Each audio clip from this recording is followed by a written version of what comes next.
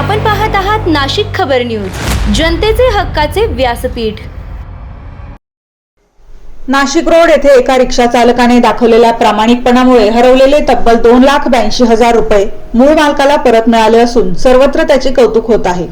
Gel road ते Nashik road दरम्यान रिक्षा क्रमांक MH15 JA 7261 चालवणारे मयूर निकम यांना शनिवारी दुपारी नांदूर नाक्याकडून नाशिक रोडकडे येत असताना चरणदास मार्केट परिसरात स्टेट बँकेजवळ पांढऱ्या रंगाच्या प्लास्टिक पिशवीत नोटांचे बंडल पडलेले दिसले। त्यावेळी रिक्षामध्ये प्रवासी भाऊसाहेब गवळी देखील होते। दोघांनी तात्काळ रिक्षा थांबवून रस्त्यावर पडलेली रक्कम उचलली आणि परिसरात चौकशी सुरू केली।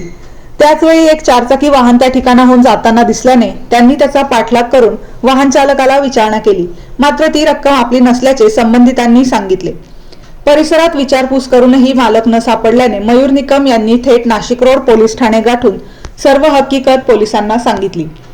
दरम्यान नरहरीनगर जेल रोड येथील राजेंद्र माधवराव कुलथे यांनीही पोलीस ठाण्यात येऊन पैसे हरवल्याची तक्रार नोंदवली। पोलिसांनी दोन्ही बाजूंची माहिती पडताळून पाहिल्यानंतर 2,82,000 रुपयांची रक्कम ही कुलथे यांचीच असल्याचे स्पष्ट झाले। त्यानंतर पोलिसांनी रक्कम कुलथे यांच्याकडे सुपूर्द केली। या प्रामाणिक कृतीबद्दल वरिष्ठ पोलीस निरीक्षक जितेंद्र सपकाळे आणि गुन्हे शोध पथकातील अधिकाऱ्यांनी मयूर निकम यांचा सत्कार करून शाबासकी दिली। मयूर निकम यांच्या प्रामाणिकपणाचे सर्वत्र कौतुक होत असून प्रामाणिकपणा अजूनही जिवंत आहे अशी प्रतिक्रिया नागरिकांकडून व्यक्त होत आहे। राजेंद्र कुलथे यांनीही रिक्षा चालक आणि प्रवासी यांचे मनापासून आभार मानले। नाशिक रोड प्रतिनिधी सुनीता दिनेश पगारे।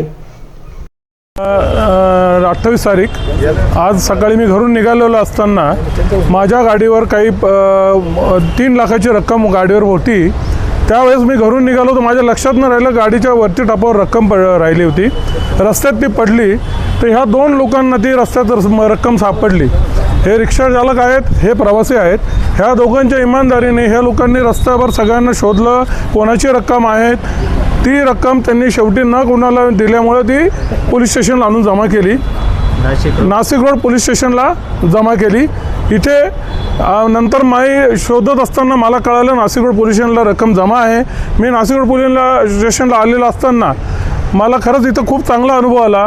इथे माझे जेवढे पोलीस बांधव होते यांनी मला खूप चांगलं सहकार्य केलं। सपकाळ साहेबांनी मला खूप चांगली इथे वागणूक देऊन मला माझे जे काही रक्कम होती ती न काही होता सगळी परत दिली। मला खरंच अभिमान वाटतो। नाशिक हा कायद्याचा बालकिल्ला आहे आणि अशा इमानदार लोकांचं नाशिकमध्ये फार गरज आहे जे आपल्याला इथे लाभले आहेत। धन्यवाद। मला नाशिक रोड पोलीस स्टेशनचा सशस्त्र आभार, कारण अशी ही अशक्य गोष्ट यांनी शक्य केली।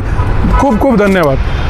रोड पोलीस स्टेशनच्या हद्दीमध्ये जेल रोडला रिक्षा चालक, काय नाव दादा तुमचं? मयूर सुरेश यांना हे एक प्रवासी, हे गाडीत एक प्रवासी होते, काय नाव तुमचं? भाऊसाहेब गवळी। ह्यांना नोटांचं एक बंडल रस्त्यावर पडलेलं दिसलं। त्यानंतर एक बंडल रस्त्यावर पडलेलं होतं आणि बाकीचे पिशवीत होते असे। त्यांनी ते बघितलं आणि नंतर बघितल्यानंतर त्यांच्या जवळून जी गाडी पास झाली होती अगोदर, त्यांना असं वाटलं की ती नोटा त्या गाडीतून पडलेल्या असाव्यात, म्हणून त्यांनी त्या गाडीचा पाठलाग केला दशकपर्यंत आणि त्या गाडीवाल्याला अडवलं पण आणि विचारणा पण केली की हे पैसे तुमचे आहेत का, परंतु त्या गाडीवाल्याने पण प्रामाणिकपणे सांगितलं की माझे पैसे पडलेले नाही। त्यानंतर त्यांनी परत त्या जागेवर येऊन आजूबाजूला चौकशी केली, पैसे तुमचे आहेत का। त्यांना त्या ठिकाणी या रकमेचा मालक मिळाला नाही, म्हणून त्यांनी नंतर पोलीस स्टेशनला येऊन या नोटा सुपूर्द केलेल्या आहेत। तर या नोटांचा नंतर खरा जो मालक आहे तो पण पोलीस स्टेशनला नंतर चौकशी करून आलेला आहे। त्यांना पण नंतर असं कळलं की एक रिक्षा चालक चौकशी करतोय की नोटांचे पैसे कोणाचे पडले आहेत का, म्हणून त्यांनी नाशिक रोड पोलीसला संपर्क केला। तर त्यांनी सांगितलेल्या नोटा आणि यांनी दिलेल्या नोटा या टॅली झालेल्या आहेत। यांची जी रक्कम त्यांचं CCTV फुटेज आम्ही बघितलं। त्यांनी व्यवहारला जाताना, कामावर जाताना हे नोटांचं बंडल गाडीच्या बोनेटच्या वर ठेवलं। नंतर ते त्यांच्या लक्षात राहिलं नाही गाडीत घेण्याचं, ते तसेच गाडीत बसले आणि त्यांनी गाडी ड्राईव्ह केली 4 व्हीलर। त्यामुळे टर्निंग पॉईंटवर तो नोटांचा बंडल रस्त्यावर पडला।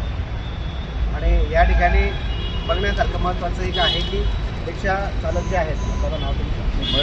मयूर आणि हे प्रवासी यांच्या प्रामाणिकपणाचं एक जिवंत आणि उत्तम उदाहरण आहे।